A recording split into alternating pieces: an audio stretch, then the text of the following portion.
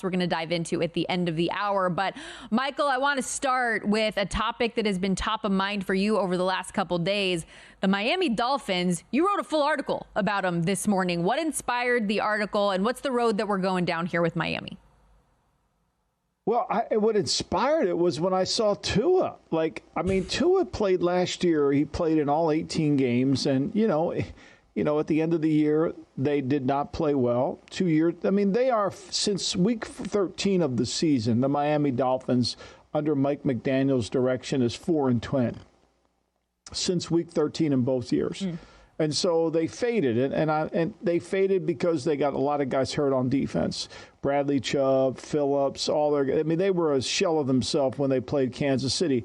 But when you look at the end of the year, their offense wasn't very good. And then I saw the picture of Tua, and I just thought, why would a guy who stayed healthy for the first time in his career change what he was doing? What is he up to? And I've heard a lot of different reasons. I can't prove any of them. I didn't include any of them in the article, off the field, what's going, none of that, right? So, but there's something there. And then when you peel back the layer about Miami and you say, okay, where can they duplicate the success that they had last year? Are they going to be able to dominate teams like they did last year? And you start looking at it, knowing they're going to pay Tua in the mid-50s per year, you realize that this team may be having the arrow pointed down. And I wanted to really get into why Vic Fangio left, because I think there's a couple things here that are going on, right? I think when you're the head coach of the Miami Dolphins, it's hard. It's a challenging job because Miami is a fun place for a young guy with a lot of money to live, lots to do. And if you read the quotes by the players about Vic leaving, and if you read what I included in the article, what Ron Jaworski said, who's very close friends with Vic, is it was hard to have accountability under the Mike McDaniels scheme. Mike McDaniels is not really the head coach. He's the offensive coordinator who's in charge of the coaches. But he has no real involvement in special teams or the kicking game or actually defense. None, actually. This will be his third defensive coordinator in 3 years. Yep. So things are changing. So I wanted to kind of peel back that. And the Tua picture really sparked, as I said in the article, 1,000 words. So let's go deeper in on Tua here real quickly, because for anybody who hasn't seen it yet, he showed up to a media event recently at minicamp yesterday as well, talking to reporters. And he is noticeably significantly thinner than we saw him last year. He was listed as 6'1", 227. He looks sub 200, and it's not something that we're just noticing. His teammates are calling it out as well. Here's Tyreek Hill on Tua's new look. I ain't gonna lie, when I see Tua at the Pro Bowl, I was kind of scared. Dude was but, he was fat, he was chubby. I was like, hold on now. Bruh, hold on, bruh. Ryan Clark said you were kind of thick. Now, he wasn't lying, but seeing him now and where he's come from and how skinny he has gotten, what's that stuff with everybody taking? Ozempic? He had to be taking that, bruh. And Jalen Waddle today said, I miss chubby Tua. I didn't like it when I seen it. I told him I'm not bleeping with it. Eat some more or something. So I think what happened was, it got maybe a little too out of hand, right? Like last year, he really focused on the durability, being bigger, being stockier, being able to take some of those hits that he was taking because he had so many injury issues and concussions in the past. I think now he's turned the dial a little bit too far, and I understand wanting to be more agile and being able to be quicker and evade some of those tackles. But I think that it's gone too far. It's a little bit much. Whereas Lamar Jackson losing weight, you're like, man, this guy's already so fast, and he's shown that he can hold up a lot better now, and he can avoid those hits. I'm not sure it's the same situation for Tua losing this weight. No, and we know this. Last year, everybody thought one more concussion, Tua was going to retire. Correct. I didn't include it in the article, but there was a whole off season where if Tua got hit early in the year, he was contemplating retirement as it was. Now, we haven't heard that retirement talk. Of course, $50 million per year can keep you away from talking about retirement. There's no question. But I think the Tua picture started me down a road of investigating this team. And the fact that McDaniels is 4-10, since week 13, 2 years in a row. Mm-hmm. The fact that the players embraced and celebrated Vic Fangio's departure. The fact that Anthony Weaver comes in with no real experience coaching the back end. They hired Joe Barry to help that. They named him run game coordinator, interesting. But if you look at what Anthony Weaver did in his first year as defensive coordinator of the Houston Texans, now they weren't very good. They were 30th in yards, 27th in points, 32nd in creating interceptions, not good at all. The work's going to be challenging. You know, you can laugh about Vic being old school. You can laugh about Vic working him too hard. But Vic understands what it takes to be a good defense. Mm. And you can make fun of him all you want, but he's more right than the players are going to be right. And I just think, to me, that this is a situation why they're 4-10 is because their head coach is kind of going to be what we call a player's coach. Just let them do what they need to do. We'll outscore people. And then let's go back and look at it, right? So let's visit week 13 of this year. And you go back and see where they have. They start with the Packers. Cold weather game, Green Bay, November. Come home and play the Jets. All right, they go to Houston. The Dome will be closed. No big deal. Play San Francisco at home. They end up with Cleveland, cold. I can promise you that. The Jets, cold. I can promise you that. And has anybody looked at Tua's numbers when it's 40 degrees or below? He's not good. He's not good. Like, they know it in Miami he's not good. When this schedule came out, everybody in Miami, they'll never admit this, was worried because if they're in a race to go to Cleveland and to go to the Jets, and they need both those wins, you can forget about it. Yeah, lost 4 of their last 6 games down the stretch last year. And again, these are against good teams, too, that final however handful of weeks from week 13 on. And I've said this stat on the show before. I'm probably going to say it a number of other times before we get into the season. Against good teams, so we're talking teams 500 win percentage or better. I think that's fair to say. Tua had 22 touchdowns, win percentage or worse, against bad teams.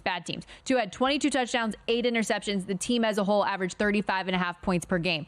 Against teams that are over 500 win percentage, they were 1-6 in those games. Tua had 8 touchdowns, 7 interceptions, and the offense averaged just 16 points per game. So not only do you have, as you're talking about, cold weather teams, but good opponents that you're going to have down the stretch as well. That stretch is why they missed out on winning the division last year. I mean, the Packers, the Jets twice, the 49ers, the Texans, who we anticipate being really good, the Browns, who, yes, are a question mark, but on the road in prime time on Sunday Night Football in a tough place. Like, these are a lot of things that are important to keep in mind. So Miami's win total, 9.5. It is juiced to the over. So people are believing and buying in on this team that won 11 games last season. But just keep that in mind. Another thing I want to touch on here real quickly, Michael, because the Browns, who I just referenced, they evidently have given extensions to their head coach, Kevin Stefanski, and general manager, Andrew Berry. I don't know the terms or the length or the extent of it, but I find that a little bit interesting, given that Andrew Berry was there and responsible for the Deshaun Watson deal that could go down as one of the worst ever. So just give me your initial thoughts on this. Well, I think the Haslam family is intimately involved, and so is Paul DePodesta, and I don't think that Andrew Berry drove that Deshaun Watson train all by himself. I think he was maybe the conductor, but he might have been a subconductor. I think there was more people on that than meets the eye. Paul DePodesta, Jimmy Haslam, D. Haslam, all the other people involved in the family. And I think, look, Kevin Stefanski's won Coach of the Year 2 of the 3 years he's been a head coach in Cleveland. I don't know what he's done a good job. They stripped him of his offensive play calling because they wanted to bring in a new play caller. They wanted him to go become a head coach. So I think what's happened is the Haslam family is very comfortable with the arrangement they have because they're involved. They're involved in everything, and they want somebody to run their team. DePodesta runs the football with Barry, and Stefanski runs the team, and they can still be involved without really making them aware that they're involved. So it's the perfect setup, and when you have the perfect setup, usually extensions happen. Obviously won 11 games last year and went to the postseason where they lost to Houston in that first game. They've used 5 different quarterbacks throughout the course of the season. But I just keep coming back to 2 things about the Browns last year that throw me for a loop is the way their defense played at home versus the road and how dramatic of a difference that genuinely was. And the fact that they won all these games despite Deshaun Watson. Like, they actually were winning more games with him not on the field than with him on it, which is something that would concern me. Like, what version of Deshaun Watson are we going to be? Because if you're doing this, you're saying that, hey, Deshaun Watson, this is working out. This is a good thing. And you owe them $120 million more guaranteed money, Stormy. I mean, you're not getting away from them. You're not getting away from them. This isn't like, okay, this is our last year. You owe them the money. It isn't the Russell Wilson. We don't want to keep paying the money. This is you're paying the money. No doubt about it. Okay, I didn't leave us enough time for what's on Michael's mind. So if it's okay with you, can we push that after the break? Because I want to get your full thoughts on it. Sure, that's no problem. Whatever we need to do. You know that. I mean, I think the other thing I want to go back to Miami for a quick second. I think really when you look at the good coordinators, I mean, last year against Philadelphia, I mean, this blew me away. They had 12 first downs against Philly, right? They couldn't block Philly. They gained no yards. They had 10 penalties in the game, and they gained 244 yards. Like, at some point, when are we going to talk about the non-physicality of the Miami Dolphins offense? I have a lot of questions about Miami, but quite frankly, I have a lot of questions about everybody in the AFC East. I feel like Buffalo. Yeah. What are we going to see from that team? What are we going to see from the Jets? What are we going to see from Miami? I don't know. We got to hit the break.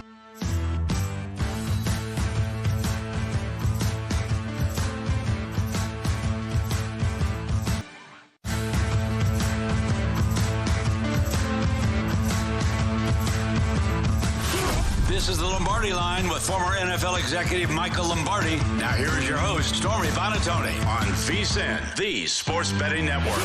Act now and save big. For a limited time here at VSiN, you can get our annual subscription for an unbeatable price, usually $240. You can now subscribe for just $199. And when you use our promo code Lombardi, we're throwing in an extra month for free. That's 13 months of VSiN Pro access for less than 50 cents a day. With VSiN Pro, you'll gain instant access to our daily best bets from all of our show hosts and guests, real-time betting splits, exclusive betting systems, premium analysis, and 24/7 video content. Don't miss out, though. This offer will end soon. VSiN.com/subscribe. Use that promo code Lombardi to claim your discount and bonus month. Do you disagree with these takes? No way. No way. Or do you approve? Oh, no doubt. No doubt in my mind. No diggity, no doubt. It's time to ask Michael Lombardi. No way or no doubt. This is one of my favorite segments that we do each and every week, so let's get into it. And believe it or not, Michael, we're going to start with hockey, but with a little bit of NFL flair here, because the Florida Panthers played in the Stanley Cup final a year ago. They lost in 5 games to the Vegas Golden Knights, and they are back with a vengeance. Oilers head coach Chris Knobloch was asked about the experience that the Florida Panthers have. Take a listen. Yeah, experience is good. I don't know how much experience is, beneficial. You can ask the Buffalo Bills how important Super Bowl experience is. But I think the biggest thing is just having confidence to play. And, when our guys are playing their best, they should have a lot of confidence. The Buffalo Bills catching strays, Michael. No way or no doubt, though, championship experience is overrated in professional sports. What do you think? I think it is a little bit overrated. I mean, look, these kids, and certainly in hockey at a very young age, handle the pressure. They're in a lot of pressure situations. And it's the job of the coach to remove that pressure. It's the job of the coach to basically do what they did in the movie Hoosiers and measure the court and make sure everybody knows it's 10 feet high and the court's this wide and it's this long. And really, it's about the moment. It's staying in the moment. The biggest thing about championship games is your team gets ahead of itself. We want to win. All everybody talks about is winning. But you and I both know it's not who's going to win. It's how we play. When you watch the Bills play the Chiefs, you get the feeling the Bills are going to win the game all throughout the game, and yet they don't. So I think that's the job of the coach is to keep the players in the moment. And that's the hardest challenge he has or she has, because they just want to they want to win. They want to win the first quarter. They want the game to be over. They want it to be the path of least. It's not. It's hard. That's why we're here. It's challenging. There's going to be ups. There's going to be downs. It's going to be really difficult. They're going to score. They're good. We're going to score. We're good. It's about who has the resiliency. And I think he's right. Don't overrate it. Just stay in the moment. And I think what's even more important for the Florida Panthers than experience is just the fact that they're healthy. Last year in the Stanley Cup final, they could hardly ice a team, and now they've got everybody back better than ever. Also, Michael, because you'd know better than I I just think about that stretch for Buffalo where you get to the hardest game to get to and you lose in a heartbreaker. You claw all the way back the next year and you get torched all the way back one more time. You fall again one more time. Oh, so it just unbelievable. Unbelievable. Okay, we'll stick with the theme of the NFL, though, because we have seen so many players as mandatory minicamps get underway not showing up. They're taking the fines now. And a lot of people like myself are wondering, is this a good tactic or not? No way or no doubt, minicamp and training camp holdouts are an effective negotiating tactic for players. No way squared. It's the dumbest thing of all. It's so stupid. You're just giving away money. You're trying to become something bigger than you're not. Look, let's just analyze what holdouts do.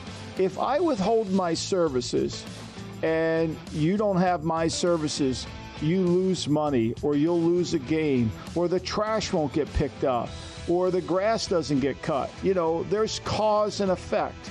There's no effect here. It's just all cause. You're holding out with no effect on the team. And yet the only effect is on you because you're giving away $100,000. Mm-hmm. How is that smart?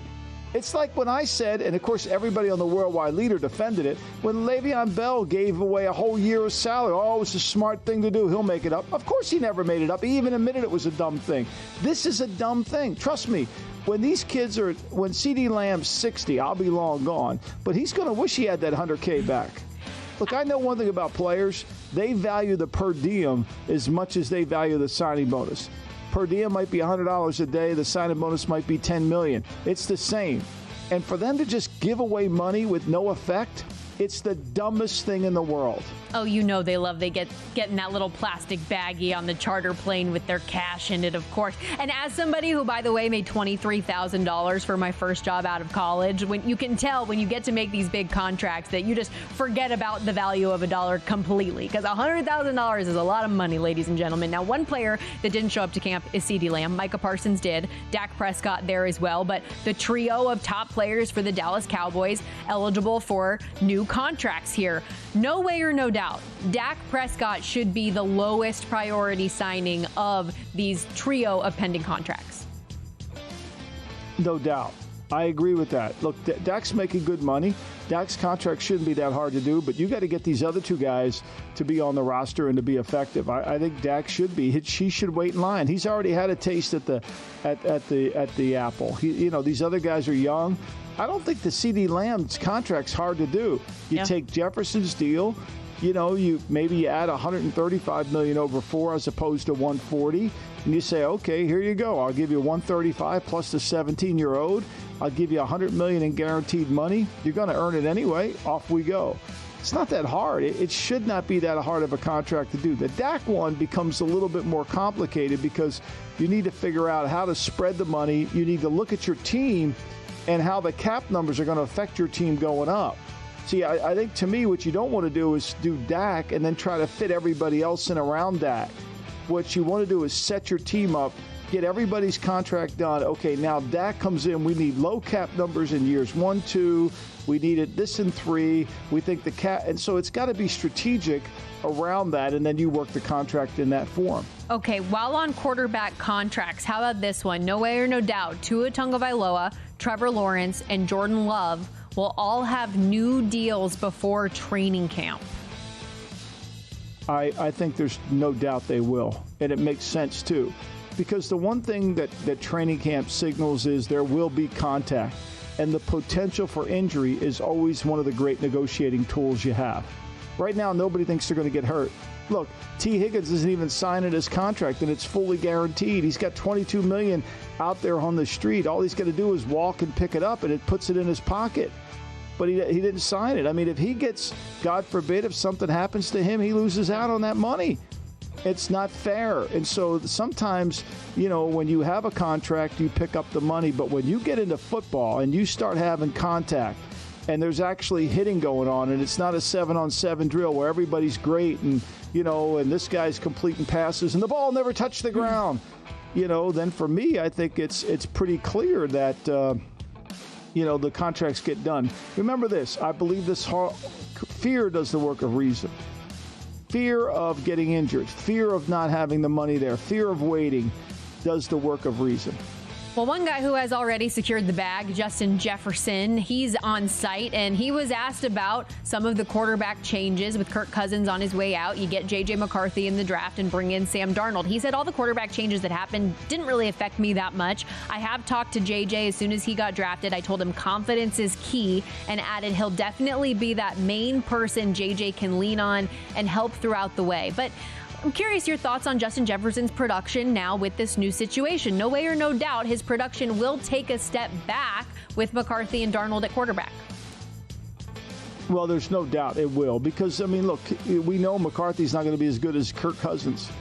But, we saw last year that whether it's Joshua Dobbs, Nick Mullins, they were able to get the ball to him. And I think Kevin O'Connell will do a good job of getting him the football. But look, the reality of it is quarterbacks are going to change. They're going to go through some of this, and it happens all the time.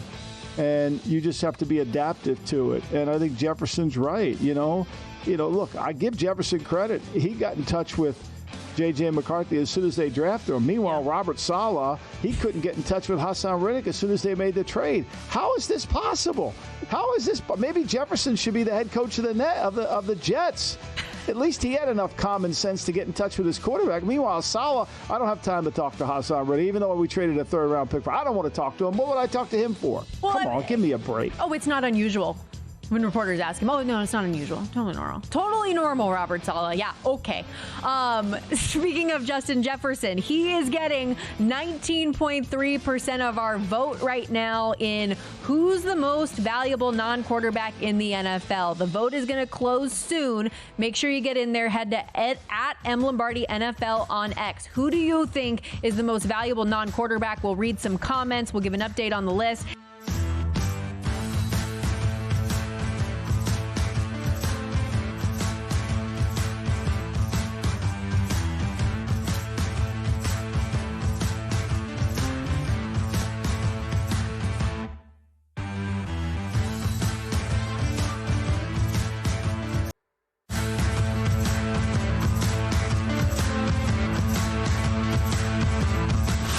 This is the Lombardi Line with former NFL executive Michael Lombardi. Now here is your host, Stormy Bonatoni, on VSiN, the Sports Betting Network. Welcome back to the Lombardi Line. If you like watching and listening to VSiN, don't forget about all of our great betting tools and content at VSiN.com. Best bets from hosts and guests, betting splits, pro tips and trends, and right now on the homepage, in-depth betting previews for both the NBA and Stanley Cup Finals. Whether you're looking for series plays, props, or game-by-game breakdowns, we've got you covered. Head to VSiN.com today. Welcome back to the Lombardi Line alongside Michael Lombardi. Stormy Bonatoni with you as we welcome in on a week where we're having all the wide receiver talk. Our wide receiver one here at VSiN, Mike Pritchard, joins the program on the Progressive Guest Line. Former NFL wideout, college football national champion at Colorado. Pritch, how much are you and your friends just talking about this week, man? I was born in the wrong generation with how much these wide receivers are getting paid right now. I mean, Stormy, Michael, great to be with you. Yeah, you said it. I mean, wanting to be born in 1999 instead of 1969, right? But I'm okay. I think we're okay. We have Google stock, we have Microsoft, we have McDonald's, so we're all right. But no, it's fantastic. No, I think what Justin Jefferson is doing and what all these elite playmakers are doing, really, Christian McCaffrey and everybody, it's outstanding. I mean, I remember my days in the very beginning of all of this, right? When I got to the league, it was free agency was just becoming a thing with the Reggie White situation. And so to see what free agency or revenue sharing or expansion or certainly growth in revenue can do for you, it's incredible what's going on in the National Football League right now. Mike, let me ask you something. When you go through it, and you played the position, right? So you know that there's, Tyreek Hill changes the game. Right. Jefferson changes the game. But there's just a lot of other guys are good, but the good guys are now making elite money. At what point do you say, wait a minute, that this isn't going to work? I mean, Jordan Addison is a first-round pick. Does he get paid? Does Drake London get paid, even though they really haven't tilted the field in their favor? The other guys do. It's a great question, Michael, but I'm going to throw it back to you in this regard because like I just mentioned earlier, we're seeing unprecedented growth in the National Football League. The stated goal by these owners is $25 billion annually, right? And they're on the fast track of achieving that goal too. So I looked at the salary cap. What is it? $255 million now. And so if you add in 7% growth in salary cap, like we've seen, next year the salary cap goes up to 273, and then in 2026 it's 292. By the time we get to 2030, and the CBA is over, we're going to see a new CBA. The salary cap is going to be $383 million. How do you manage that as a club? How do you manage a salary cap upwards of almost $400 million? We're going to see so many astronomical contracts. It's going to blow our minds in the next few years. I was about to say, if that was the salary cap last year, what would Daniel Jones have gotten paid, Michael? Well, that's the thing, Stormy. You're going to pay for mediocrity. Yeah. That's what you're doing. I mean, is Dak Prescott worth $60 million a year? No, and you have to take yourself and say, no, wait a minute. That's the market. He's not worth it, but the market says this is what he gets paid. And so you got to make decisions, and you only can pay certain positions. You can't pay everybody. So you have to cheat in some other areas, and that's really where it gets a little iffy, right? I mean, and I think to me, I was talking to a coach in the league, who's an offensive coordinator. It's like, look, we had 3 really good receivers where I was. We couldn't throw the ball because we didn't have a quarterback, and we couldn't protect.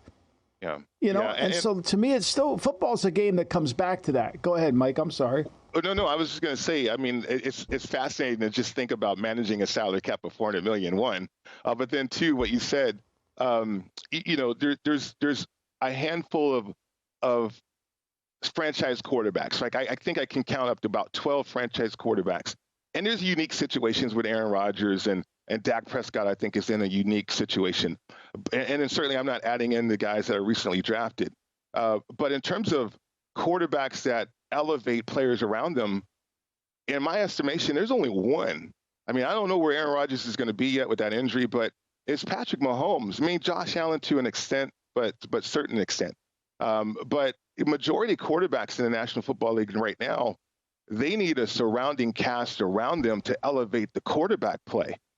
So that justifies Justin Jefferson because they have a rookie quarterback, and Devontae Adams because who knows who's going to be quarterback out here with the Raiders, and Brock Purdy getting elevated with all the weapons that he has. I mean, that is what the league has turned into right now. And the Vikings, of course, in a unique situation where they are on the rookie deal for their quarterback. Right. And so they can afford to pay the big talent wide receiver who does make the quarterback better. With the 49ers and the deal they get done earlier today with Christian McCaffrey, adding to what was already the most lucrative running back deal that we've seen in NFL history.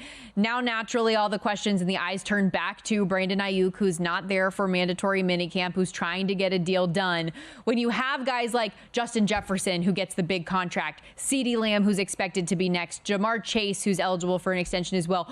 Where does Brandon Ayuk stack up in this mix to you? Because he's coming off of a career season, best that we've seen from him. He can be that deep field threat, but in some of the category and upper echelon that he wants to be in, where does he stack up with those other wideouts? Well, I feel for him. I think he's an exceptional route runner. I don't know if he's a true number one elite playmaker like a Justin Jefferson, like A.J. Brown, all these guys. But he is a really, really good player, right? And so I feel for him because I know the family. The Shanahan family do not want to pay 2 wide receivers. They just don't. Yeah. And so that is what is the crux of the matter here with Brandon Ayuk. And, they can exercise him and certainly they can kind of control him with the franchise tag and do all kinds of things. And really, as a player, that's what frustrates you. I think if you're on the fast track of being elite, you have to get upstairs and knock on the door of Michael Lombardi prior to that 5th-year option if you were drafted in the first round and try to get something done, because that's how you're going to escape the control of the franchise. And knowing that Shanahan family, knowing how they work, it's going to be difficult to see Brandon Ayuk get the money that he wants or feels like he deserves. Yeah, the problem with this contract, Mike, is it's one of those you want to grow into. He wants to get paid elitely, which free agency would do it. We saw Christian Kirk get an elite contract couple years ago without a lot of great numbers behind it. But you have to build a contract around, okay, here's where really your number says you should be, but if you continue to play like this, here's where your numbers will be. And it's hard to get players to take that kind of deal because they want it right now. Understandable. And they know if I get to free agency, somebody will pay me that number without a doubt. So that's a hard negotiation to go through. As you look, we had Simon Hunter on yesterday, and we talked about week 1. And I know you're considered a professional when it comes to betting. Is there a game in the week 1 rotation that has just caught your eye that you think is going to be a perfect play? You know, Michael, the only one I've focused in on so far, because we are so far away, is that Pittsburgh-Atlanta game. I think we talked about that before, right? You know, if you're at Pittsburgh, you're catching, 2.5 points, I think, at the time. I haven't looked at the line recently, but, you know, so many things are going on. You know, Atlanta, are they really going to hit the ground running with Raheem Morris? With Kirk Cousins? I think continuity has to speak volumes. At least it does to me when it comes to betting, and knowing how teams would love to have those fast starts and certainly don't have to iron out wrinkles or anything like that. So to me, there's a lot of wrinkles down there in Atlanta, right? Hot Atlanta right now. Whereas Pittsburgh, I think they're recharged, right? And they have this quarterback and Russell Wilson that thinks that he's legendary, and then you got Justin Fields, I think, who's going to push him. But then you have a really, really talented roster with continuity, and when they're healthy on defense, they're as good as it gets out there. So I just think that's an opportunity if we're looking at lines right now in the early month of June. How important is it at some point in your mind, if you're Justin Fields, to get on the field this season? I mean, both Russell Wilson and Fields are playing essentially for their careers and their next contracts, right? To see what they're going to be. But Fields being the younger player, how important is that for him? You know, I like this, Stormy, because I think Russell is playing for legacy and Hall of Fame, right? I think Justin's trying to become that guy. Yeah. Every man for themselves. I think that's going to be an interesting watch right there to see how these guys coexist and certainly push each other. But, you know, I think Justin's got a ways to go. But this is the kind of offense and certainly the philosophy that is conducive for his type of game. He's a Pop Warner quarterback, meaning he's the best athlete on the field with the ball in his hands. But as far as throwing it and winning from the pocket, I think Pittsburgh wants to rely on Russell in that regard. So I think they'll push each other. Ultimately, Russell will win it. But Justin should be better off for it just from the experience standpoint. Rich, always always appreciate. I'm having such a hard time today speaking, and it's literally my job, Rich. Appreciate your insight. We'll talk to you next week. Appreciate you as well. Thank you. Mike Pritchard on the Lombardi Line. We will be right back.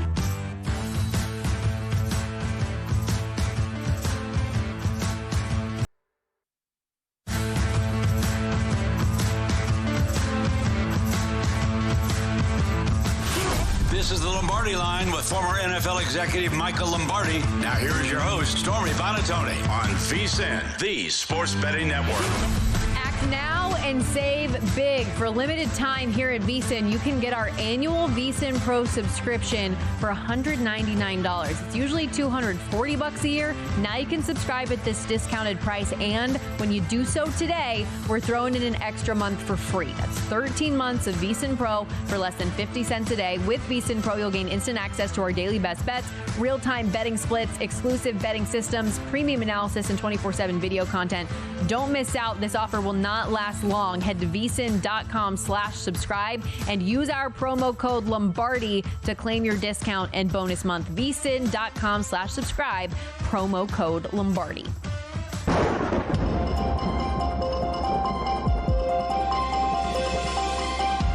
I love it. Here's my favorite segment of the week. I got Billy Joel playing Stormfront in the background. Beautiful. It's perfect. All right, I got some things we have to cover, Stormy. You always ask me questions. I get to ask you in this segment. You cover a lot of colleges every week you're there. You see a lot of college coaches. You spend time around a lot of coaches. You see the rah-rah and the strategist type coaches. Tell me why you think that Dan Campbell, even though he's a rah-rah coach, is still effective? Yeah, so my warning here, Michael, is I don't know if you know this, but the NFL has cheerleaders, right? They have really cool outfits. They're very talented dancers. The NFL has fans. Players have tons of friends. I don't need my head coach to be a cheerleader, a fan, or a friend. Right? I want my head coach to be a head coach. I want him to be a manager. I want him to be a CEO. And there are a couple coaches out there, Robert Saleh, Antonio Pierce, that I need to see if that flip is going to switch.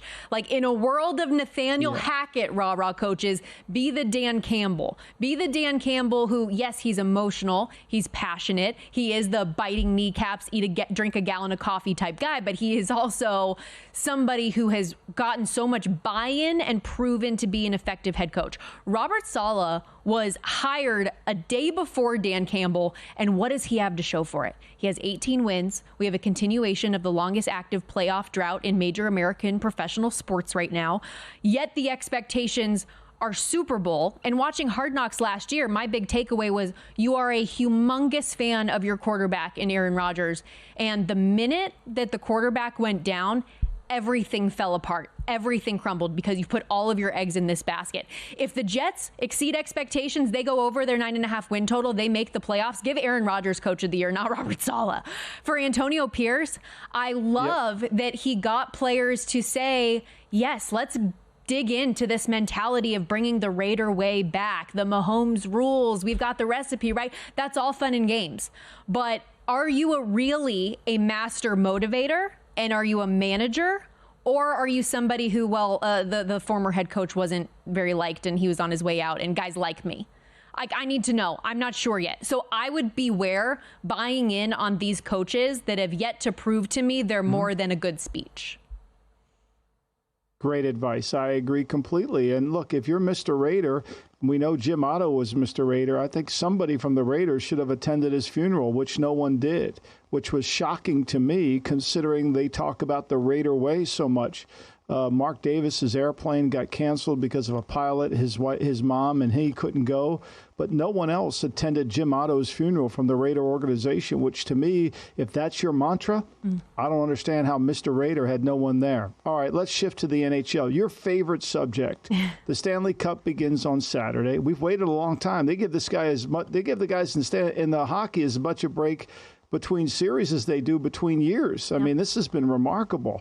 And there's a lot to like about Connor McDavid. But what is your concern about backing Edmonton? Yeah, I've made it clear already. I like the Florida Panthers in this series. And I think a lot of casual bettors are going to look and say, I can get the Edmonton Oilers and the best player in the world at a plus money price. Lock it in. Let's go. And fair, valid point. If that is your perspective, then you should be betting Connor McDavid to win Conn Smythe because it's a better price and effectively the same bet. But when I look at this series, I think about it more from the goaltending perspective than I do the high-end talent. Stuart Skinner is coming off the best game of his career. He and the Oilers D were nails against the Stars, 195 goals against average in that series. But that was the best game of his career. And if you want to beat Florida, you have to be even better. Let us not forget, as Mike Somich mentioned, he got pulled the previous series. He lost his job not too long ago. And I feel bad saying this, but for Florida and the road that they have gone to get here, Stuart Skinner's probably goalie number 4 of 4 in terms of toughness that they have faced along the way. They opened up with Andrei Vasilevsky. They have Jeremy Swayman in the Boston Bruins. They have the Door himself in Igor Shesterkin in the New York Rangers.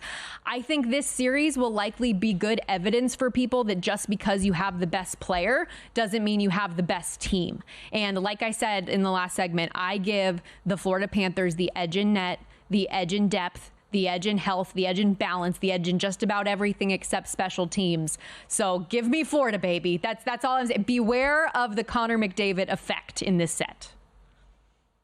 I love it, but what I love most is those Russian names that just roll off your tongue in hockey so well. Like I would have been stumbled on the Ranger goalie for about an hour. Sergei Bobrovsky, really baby, let's go.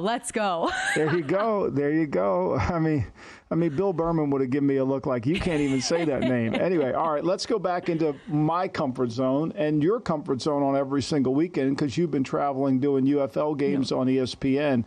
So what's your storm warning for bettors this weekend when they're betting the conference championship games? Don't doubt the Birmingham Stallions. I found it very interesting how quickly we saw a line move this week in the conference final, where Birmingham opened a 6.5-point favorite, almost immediately went down to 5. Similarly, the Stallions have been a favorite to win the championship all year long. They've been odds on since week 7. We saw that peak at minus 165, but has steadily come down to minus 125.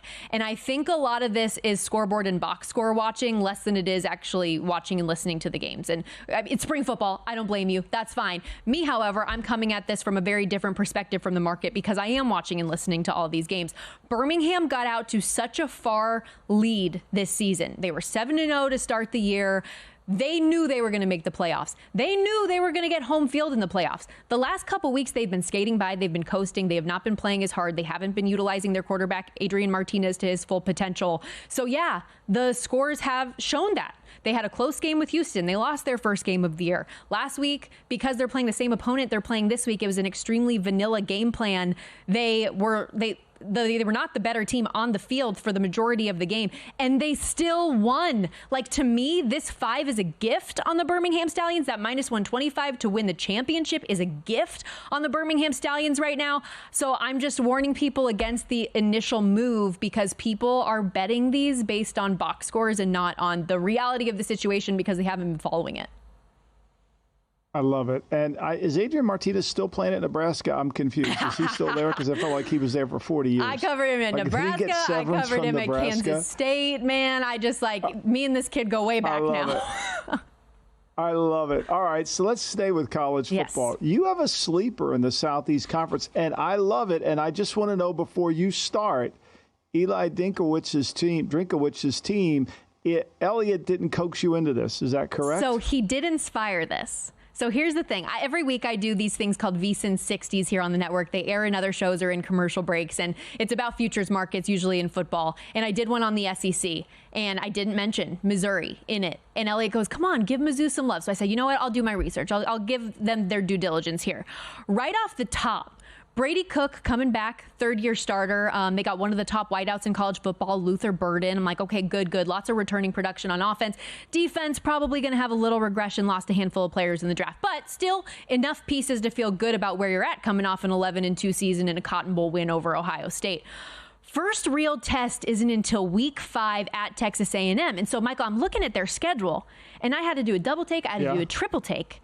This thing is so set up for them to potentially make an SEC title game. It's more about who they don't play in the conference than who they do. They avoid Georgia. They avoid Texas. They avoid Ole Miss. They avoid LSU, Tennessee. They have a realistic chance of being 7-0 when they roll into Tuscaloosa on October 26th, where, and I love Kalen DeBoer, this ain't your Nick Saban Alabama anymore. So 2 of their toughest road games at A&M and at Alabama, you're facing new head coaches. They win that game, they're 8-0. They're top 3 in the country. Final 4 games after that. I love it. OU at South Carolina, at Mississippi State, Arkansas at home. Extremely manageable. You know, Georgia and Texas face each other.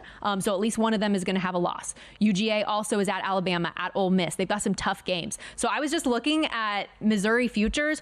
Over 9.5 wins is plus 125, plus 175 to make the new expanded 12-team playoff. 15-1 in the AFC. If you're looking for some pizza money fun, put it on Mizzou. We got a sleeper on our hands. I love that. I think it's great logic, and it was great exactly because, look, they have a talented team. He's done a good job recruiting. And, you know, with a quarterback and receiver, it can go a long, long way. And if they're improved on defense. Real quick before we go and you lead us to break, you want to warn people about taking the Celtics. Oh, we'll talk plenty more NBA Finals, Michael. I can get into that on the other side of the break. But